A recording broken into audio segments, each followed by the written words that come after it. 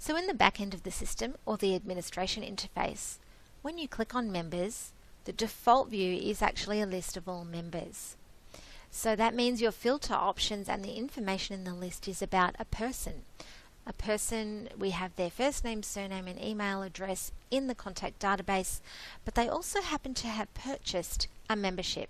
And as far as the system goes, that's the difference between the two. So a member is a person, a membership is a group of services that have been purchased.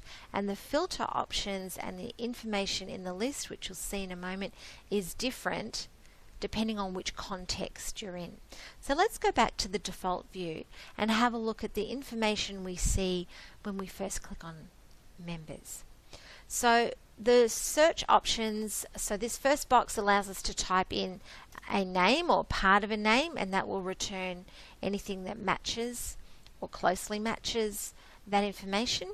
The type field allows us to either have the default of all membership types or handpick one or more specific membership types. So if you select multiple, you can then choose more than one membership type by holding the control key down. I'll just leave it at all for now. Status type, so you can tick to indicate which status types you want to search on. And finally, role. Now this last field is not on the memberships search filter functionality. It's only available in members because you're talking about the role that a person has. Hence, it's relevant in this context. So everybody that you will look for is actually a member, but some members might be either an administrator or a primary contact of a company membership. Let's have a look at the filter options that are available in the memberships section. So as far as memberships go, there are two types of memberships, broadly speaking, in the system. There's an individual membership and company membership. So an individual membership is one that has been purchased by a person, so it's a one-to-one relationship between the person and the benefits. And then there's company membership. So one company has purchased a membership that benefits a number of its employees potentially, and hence there might be a number of members of this one membership type. So with that in view, the information in the search criteria or the search filter options are different. So the search type status field we've already looked at, they're the same in both views, but in memberships you have a range of dates. So you've got a from and a to date that you can choose using the date picker here. Just pick a date on the calendar, choose the year first, then the month, and then the day. You can also clear it. So you don't have to use both the from and the to dates. You could just be searching for a particular one specific date. That's fine as well.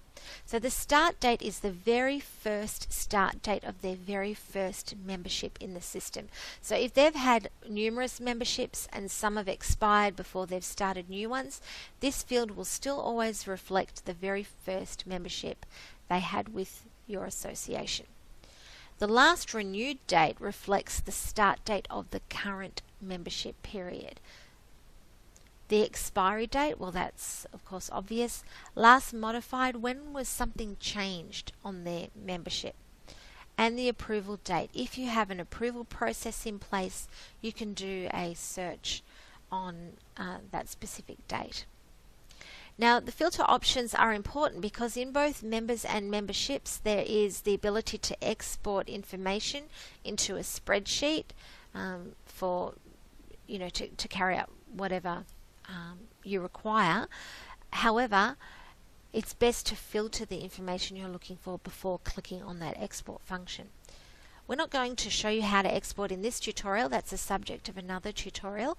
Right now we want to show you the different information you can see in the list. So back to the default view of members. The information here is all in the context of a member or a person. So we can see the user ID. Now, the clue here is the name, user ID. A user is someone who uses the system. It's a person. It's a person in the contact database, and therefore this number is the contact database number. Name, company, telephone and email address all relate to that person. they've been a member since, so this will be the the start date of their first membership.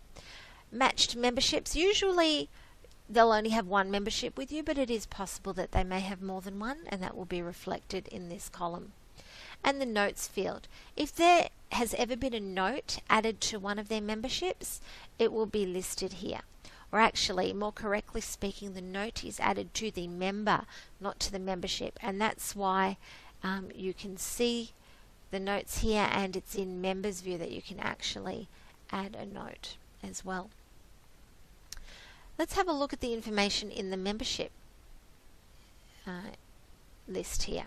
So at the top, we see there are 63 memberships. The first field is the ID field. So this is different. It's not user ID, simply ID. So it's the ID of the membership number. The membership name is listed next. Now, in many of these instances, it's a person because a person has purchased an individual membership, but sometimes it will actually be a company name. Okay. So scrolled too far. So the following field, the company name, sometimes it will be the company that the individual works for.